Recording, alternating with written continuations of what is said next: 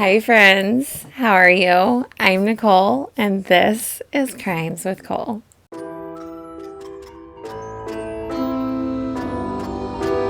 So, hello. How are you guys doing today? I hope you all are having an amazing day. I hope you've had an amazing week, are ready for the weekend, and another crazy crime story. In today's case, we are going to be talking about the case of Matthew Heikkila.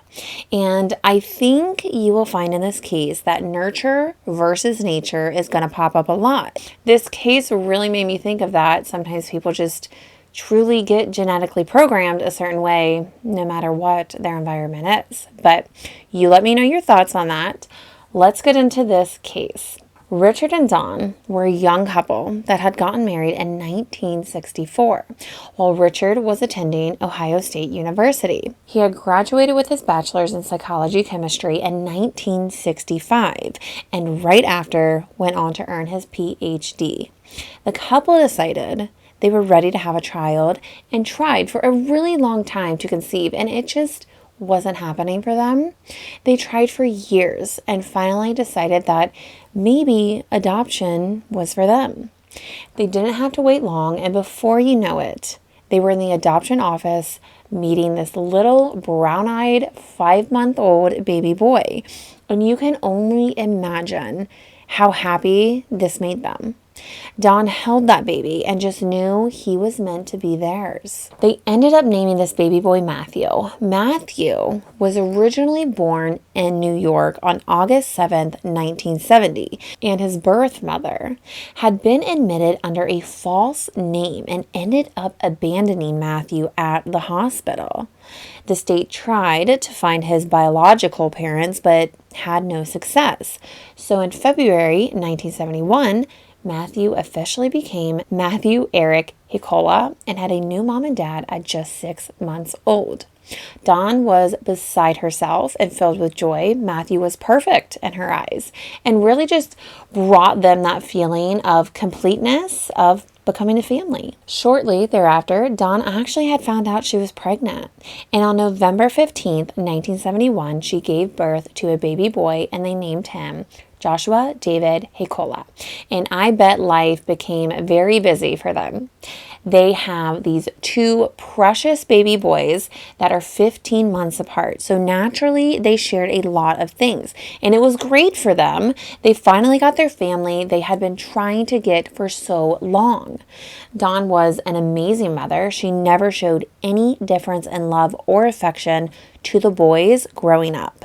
I'm sure in the early years, it was a little challenging with Joshua being a newborn and Matthew being around 1, but as time went on, they treated both boys the same. However, a lot of adopted kids do develop this subconscious feeling called attachment trauma. And this is when the bond, the early years when children are creating that attachment to their parents, it is not created, and it can really leave some long-lasting effects. But remember, Matthew has been with them since he was 6 months. The family moved to a small town in New Jersey, and it was said to be a perfect town to raise children in. Growing up, Matthew and Josh were very different. Matthew was dark hair and eyes, had like an olive skin complexion, and real quiet. He kept to himself a lot, whereas Josh was blue eyes, blonde hair, real happy and outgoing. They were just different. When Matt was only 2 years old, the neighbor from across the street, Mrs. Shafter, came running over with her newborn baby girl in her arms, holding Matt by the wrist, dragging him, and her 4-year-old son, Kenny, was following her. She banged on the door and told Dawn how Matt had filled her newborn baby's mouth with rocks. After discussing the matter, the 2 ladies decided that it was an accident and just boys being boys. Matt is only 2 at this time, so he probably didn't know any better. But 2 years later, when Matt was 4 years old, he was sent to a summer camp. And the camp director had a talk with Dawn about how Matt was extremely hard to handle. He was very nasty to the counselors, and to top it all off, his behaviors towards other kids was very abusive. He had kicked and bitten a little girl. He was very aggressive to the point that made you question why.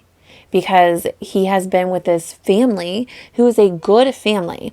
Dawn loved Matt. As far as she was concerned, that was her son. But why is he so angry? Because there hasn't been any traumatic events that have happened in his life other than him being abandoned at the hospital after birth. But can that really have that big of an effect on him?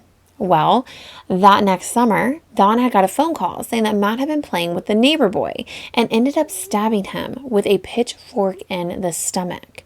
Shortly thereafter, the family had moved to a new town. Richard's research had taken him to the University of Medicine and Dentistry of New Jersey. So in 1979, the family had packed their bags and became new residents in Bernards Township. The family moved into a 3,000 square foot home with 4 bedrooms and 2.5 baths, a big deck and yard. It was the perfect home for them. They became very popular rather quickly once they had moved in and enjoyed inviting their neighbors over for barbecues very often. They were even said to go caroling during Christmas time. They really were that family and so kind. They were so kind. But one of their neighbors, Chris Schmidt, had met the family and instantly felt something was off with Matt. Matt was about 10 at this time, and Chris said that he was too quiet and he would stare at you, and it was almost like he was staring through you. It was very uncomfortable. It was a very uncomfortable feeling. It was around this time that Matt's problems started to become more noticeable to those around him. Richard was gone a lot of the time because of work, but he really was achieving so much with his research. He was awarded a neuroscience award in 1987, which is such an accomplishment. At this time, Dawn had decided that since the boys were in school, they were around, like 10 to 12 at this time, that she was going to obtain her real estate license, and she did. It was a matter of time before she was selling in their upscale wooded suburbs, and she was good at her job too. She became very successful, but the only downfall was that this meant she was spending less time at home. Now, this could have contributed to Matt's behavior, or maybe it didn't. But Matt had now started getting the police called on him. He'd ride his dirt bike up and down the street, but he'd be so obnoxious about it and make it really loud. And you have to remember, they are in this real nice area of town. They don't want to hear dirt bikes going up and down the street constantly. Not to mention, he was riding it illegally. And at this point, Dawn just broke down. She felt no matter what she did, she just could not handle Matt and his behavior. She felt stressed and defeated.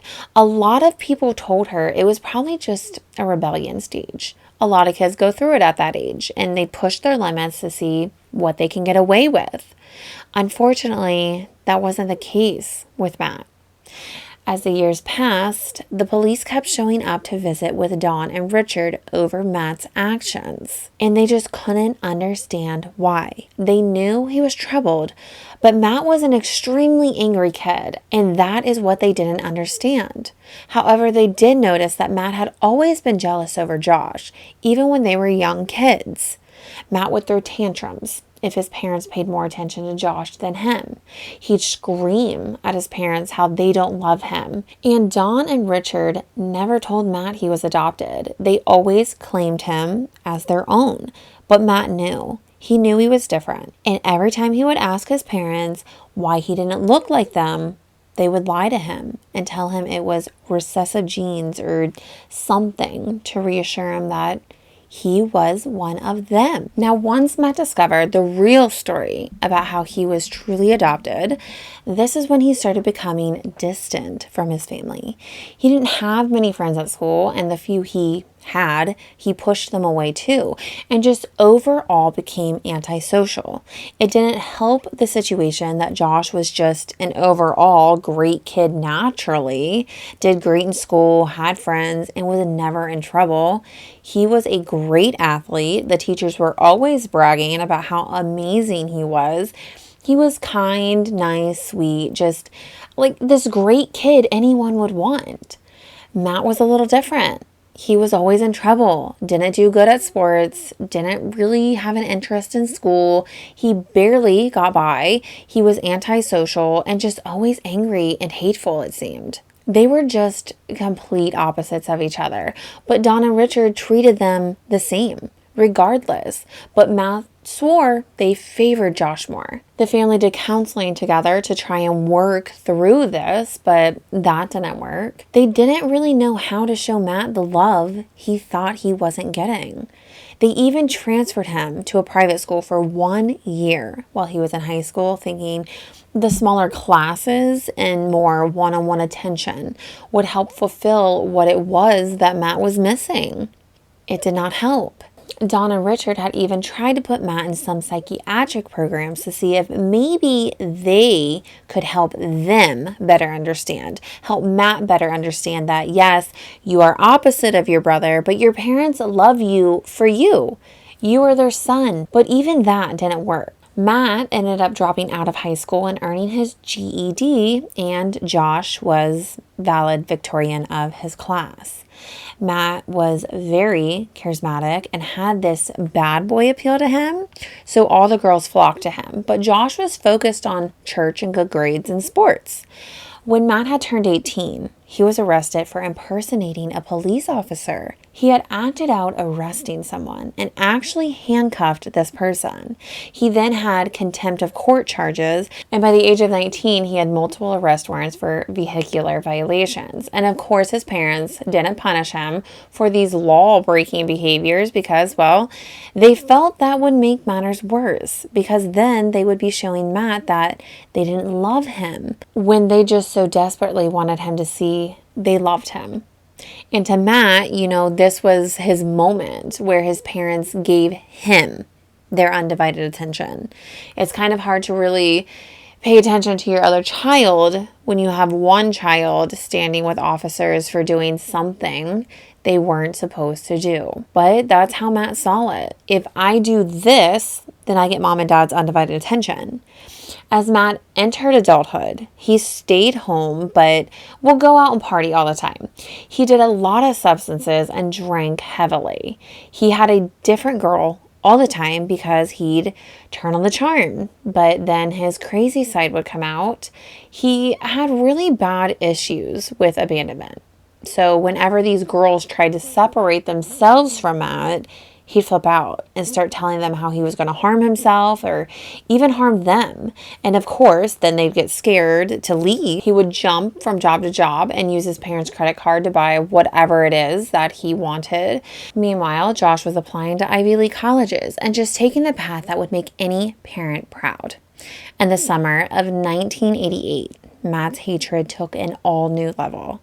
That summer, one night during supper, the family gathered round the table because Josh had received a letter from Dartmouth. And as Josh was getting ready to open this letter, his parents, so excited and proud, Matt just had to chime in with his rude remarks and really take any enjoyment out of it for Josh. This is an exciting moment. Your baby is going off to a college, but especially because this was a school he was dying to get into, and Matt just kept on with his rude, petty comments, really ruining the moment. But Richard and Dawn did their best to really show Josh how proud and excited they were for him and to let him have this moment of getting accepted into Dartmouth. That next summer, the summer of 1989, Matt was 19 and had met this girl from Ecuador who he thought was the one and ended up proposing to her, but she said she needed her parents' permission first. So Matt decided to swipe mommy and daddy's credit card, and the two flew to Ecuador to meet with this girl's parents and ask for their blessing in marriage, and they said no. They forbid her to marry him, and they found out he lied about his age, saying he was 24, but he was only 19. So Matt jumped off the deep end and ended up eating a whole bunch of painkillers and shooting up Valium. They rushed him to the hospital, and thank goodness he was able to be saved. But can you imagine being that girl and seeing all of this, seeing this side of him? They ended up flying him back home. His mom and dad are waiting for him at the airport and actually end up checking him into a hospital so they can help him, but he escaped. He had ripped a syringe out of a nurse's hand when she was trying to medicate him and ended up running away from the hospital. He crashed with a friend and was back doing substances. Except now it became so bad. His usage had increased significantly and he started having hallucinations and he became paranoid at everything. God bless him. I mean, he was really losing his mind. I think a lot of us forget the power that substances can have on someone's mind. It turn anyone into a monster. Matt told his family and the doctors how a Colombian drug dealer was after him and he needed protection. So this is when he decided that he was going to purchase a handgun. On December 3rd, 1989, Matt called the police and told them someone is after him. Now, in this community, Don and Richard are very well known by everyone. They are a very prominent couple at this point, and a lot of people respect them. They've both worked hard in their careers, building the relationships they have to get to where they are now. The police was no exception. They grew to know the family and knew that Matt had some issues, and it was hard for the family to handle. So when they received this call, the police called Richard to let him know he probably needed to get his son. He's going a little crazy. And remember, he's doing more substances than what the normal person should be doing at this point. So he is mentally going insane. He's not stable. When Richard had came home from work that day, he decided to confront Matt about why he's calling the police, telling them that someone is out to get him. But what Richard wasn't aware of was that earlier that day, while they were gone, Matt was home, going through everything in the house, looking for some money, and what he stumbled upon was a letter that was written from their mother addressed to Josh last summer while he was away at summer camp. Matt did not go to summer camp that year, and in this letter, it basically just said how they love him and miss him. They were proud of who he had became. I mean, it's a letter any parent is going to write to their baby away at summer camp. But that isn't how Matt saw it. He saw it as this was the piece he had been looking for. This was proof. He needed to show that they do love Josh more than me. So when Richard approached Matt about the police call, Matt was already fired up over this letter. And he's unstable. He has a gun and he's reading this letter to his father. And anytime his father tried to interrupt to confirm that this was just a letter because Josh was away at summer camp and they loved them both, Matt would get infuriated and scream at his dad to shut up. Like, shut up and stop interrupting me. So with every word Matt is reading in this letter, it is building more and more anger. As he's getting closer to his father, he's screaming at him now. He doesn't love him. He only loves Josh. And Richard tried to stay calm, as anyone could be in that situation. Richard would reassure Matt, no, I love you. Your mother loves you. And before he could say Josh, Matt took the gun, cocked it back, and held it against his father's head and said, if you say Josh one more time, I will blow your head off. Now, I don't know if any of you have been in a situation where you've been around someone mentally unstable, but it is scary. It's hard to talk to them because it truly doesn't matter if you tell them you're wrong or if you tell them you're right. It doesn't matter what you say. It only matters what they think. And their thoughts are all over the place. So imagine trying to reason with that, but then add the fact that they have a loaded gun. And at any second, can pull the trigger and your life is truly changed in the matter of a second. At this time, Matt decides to turn the gun on himself and threaten to take his own life. At that time, Richard saw it as an opportunity to call 911, so he did. And you can hear Matt just screaming how his family would be so embarrassed because their son took his own life, telling him how would it feel to sit at this kitchen table eating breakfast, knowing his blood and brains had been all over the table and floor. Matt walked away from the kitchen and started heading towards the front door. Richard is still in the kitchen, but is ready to follow Matt because he is in fear that Matt truly will hurt himself. But as soon as Matt was out of sight from Richard, all he heard was gunshots. He screamed into the phone, sent paramedics, and ran to the front door. He saw Matt standing there, firing bullets into his Toyota Camry that his parents got him for his 16th birthday. He ended up firing 13 bullets into that car. When the police arrived, they arrested Matt, and Dawn and Richard begged the police, please don't charge him and just send him to the Carrier Clinic, which was a private psychiatric hospital. But the police said, we can't do that. And they charged Matt with making terroristic threats against Richard, and his bond was set at $25,000. Richard and Dawn bailed him out. They hired a really good defense attorney to get the charges lessened or dismissed and prove it was drug-induced insanity. They had him admitted to the hospital, and there he was under the care of Dr. Sadoff. And he admitted to him that while he was in Ecuador, he watched Back to the Future. And this is when he started to think that the Arab terrorists were coming after him in a Volkswagen minibus. That's what started all of this paranoid mental state. He was using substances heavily, and they made him paranoid and hallucinate. The court said that if Matt can stay off of the substances and continue counseling, then he would be good to go. His doctor said the same thing. If you can keep him away from using substances and just keep him on a clear path, then he will be fine.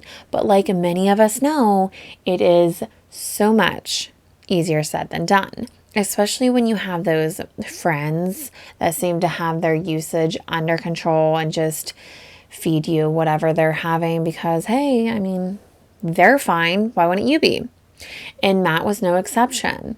He tried to do what his parents wanted and got a part-time job to get some extra money.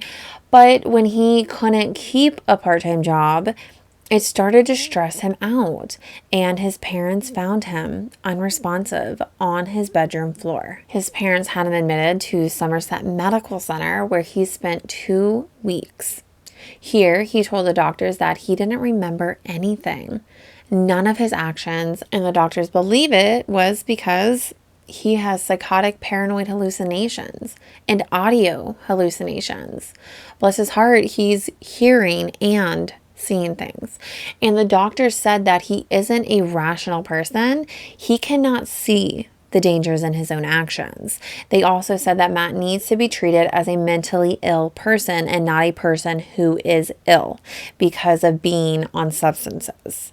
He needs antipsychotic medication to help with these hallucinations. The doctors fear that Matt could fatally harm himself or someone else if he does not get the proper treatment. But Richard and Dawn seemed to not heed to this warning because weeks later, the clinic had let them know that no one was making sure Matt was staying on track. No one was making sure he took his medication or staying off street substances. No one even made sure he was attending any routine treatments at the clinic. And yes, Matt is an adult at this point, but he's now being treated as mentally ill. He needs someone monitoring him, making sure he stays on the path. Over the next few months, life seemed to turn out pretty well for Matt. With the help of his parents and some people in the community, Matt landed a job as a desk clerk at Madison Hotel in Moores Township. His parents bought him a brand new Jeep to get him to work, which he was so kind to flip and total a few weeks later after getting it because he was speeding. He had gotten himself this new girlfriend who was such a nice girl. Her name was Melanie Glover. She lived about an hour away in Long Branch, and she ended up getting pregnant in the fall of 1990. But by this point, Matt had been unfaithful and was falling in love with another girl named Marta. So shockingly, he did the right thing, which was to tell Melanie that he was being unfaithful.